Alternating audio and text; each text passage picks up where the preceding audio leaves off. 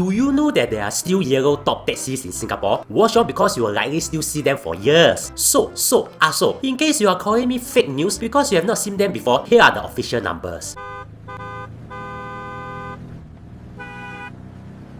According to LTA statistics quoted by the Straits Times, back in January 2017, there were 114 yellow top taxis still on the road. By 2023, there were only 32 of them. So seeing them was then as rare as seeing an influencer not posting her Bali trip. And as of January 2026, only 5 yellow top taxis are still on the road, out of more than 12,000 taxis in Singapore. So if you do see them, do note down the number and buy 40 lah. And these are the OG taxi uncles, because LTA says the average age of the remaining 5 drivers is 72 years old. So what is a yellow top taxi in Singapore?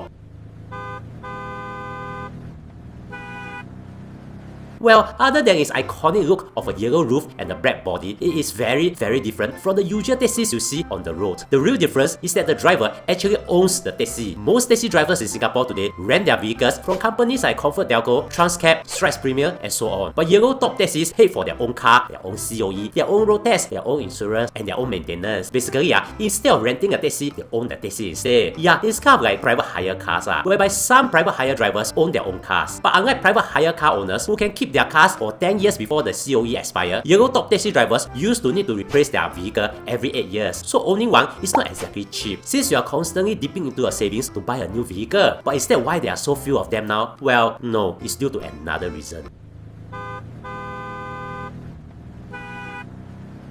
If you are looking to advertise your business in this channel, we can help you. There are guaranteed views and many big brands have trusted us. Just click on the link in the description. Yellow top taxis were first introduced way back in 1933 by Wearne Brothers, the same company that today is Wearne Automotive, the distributor and retailer of luxurious cars like Volvo in Singapore. You see, yellow top taxis appeared after the government cracked down on something called mosquito buses. No lah, mosquito buses are not buses that come every 5 years. If you get it, you get it!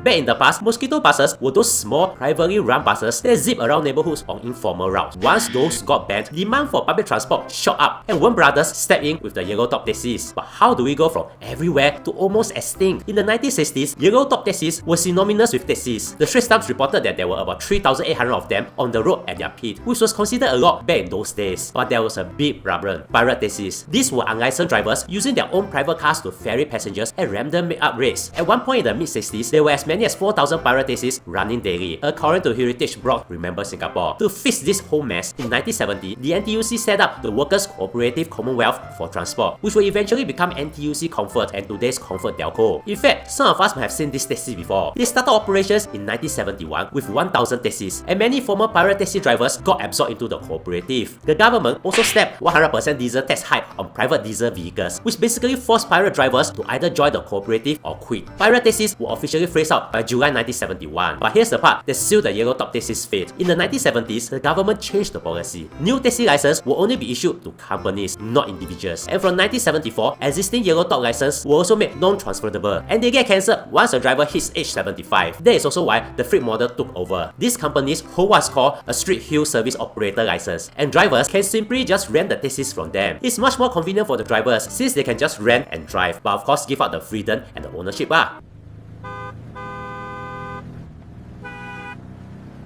According to the Straits Times, the last yellow top taxi is expected to disappear from our roads by around 2030 when the youngest driver hits the retirement age of 75. So this means soon we will no longer see the iconic yellow top taxis. After all good things come to an end, like your HDB flat. Have you ever wondered what happens to a HDB flat after 99 years? Watch this and be surprised, because you actually don't need to wait for 99 years. Also, if you want to advertise with us, even as a standalone video, do contact us. Our website is in the description, or you can scan this QR code. Thank you for spending almost 4 minutes with me. I really appreciate it and hope you learned something.